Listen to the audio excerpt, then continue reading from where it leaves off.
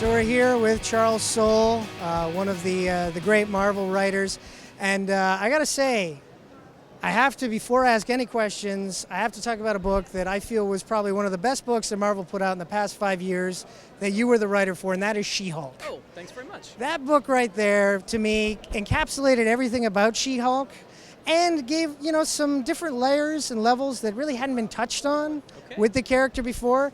Now, was that something you wanted to be traditional with, the characterization of Jennifer, but still bring something new to the character and focus more on the law? I think that's sort of the job when you're working with one of these characters. I was a big fan of Dan Slott's run and John Byrne's run on the character, and I thought some of the winking at the audience a little bit was very appealing about both those runs. And as I'm a lawyer myself, as is more widely known now, and so I really wanted to bring in some of my legal expertise and legal background into the character, because I think any book you can write with sort of a sheen of authenticity just feels different to readers. Plus, I just think she's awesome. Like, she's fun, and I wanted to write a fun book, and hopefully I did okay with it.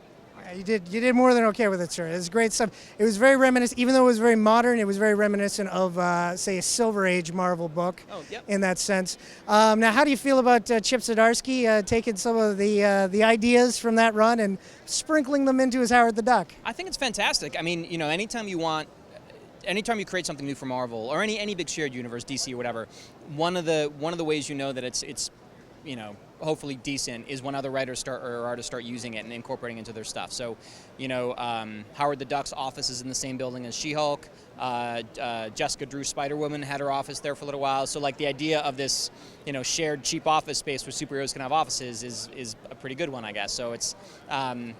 I'm gonna do more with it myself in the future, and it's pretty cool. All right, good stuff. Now, of course, that was Marvel then. We got an all different Marvel upcoming. Yep. And you, sir, are behind two of the bigger books that are coming out, Daredevil and Uncanny Inhumans. Yep. I know, of course, you can't give any real plot details or anything like that, but can you give like a sense of what kind of direction or feel you might be going for with each of these books? Sure. Well, let's start with Daredevil. So my take skews a little bit darker than Mark Waid's.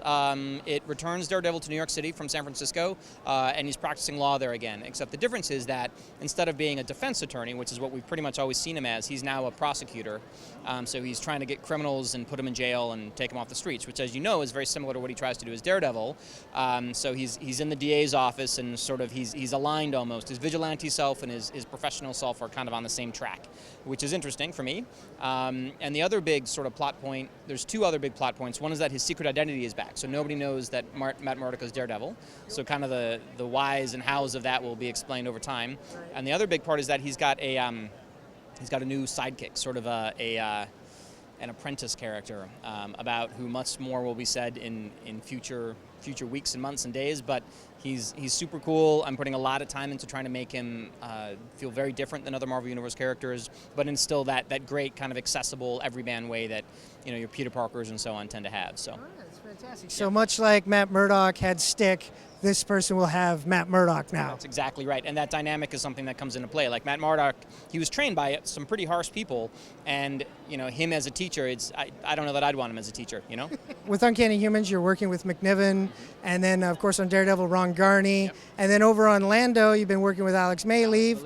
When you work with these very different, very talented A-list artists, do you have to take a different approach with each one, or? Yeah, I think you do. Steve is great at, he really likes emotional scenes and acting. He likes drawing like very detailed headshots and like having people sort of react to things.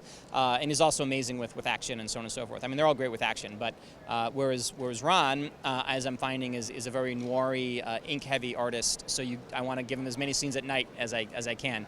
And then Alex has been just amazing to work with, to give him scenes that weren't necessarily stuff that I'd seen him draw before, like some spaceship stuff and lightsabers and things like that he completely knocked out of the park. He also draws an incredible Billy D. Williams, which is a good thing when you're drawing a Lando book. You're writing Daredevil, you're writing Lando. Who is the bigger lady killer? Oh, man. I think they're both pretty smooth. I mean, they really are. I don't know. I guess I got to go with Lando, though. I mean, Lando is a smooth operator. I mean, Matt Murdock's no slouch, but I definitely think it's Lando. All righty. Well, I want to thank you for talking with us, man, and I look forward to Daredevil and Uncanny Humans and the rest of Lando, and yeah, man, all your great work. Thanks a lot.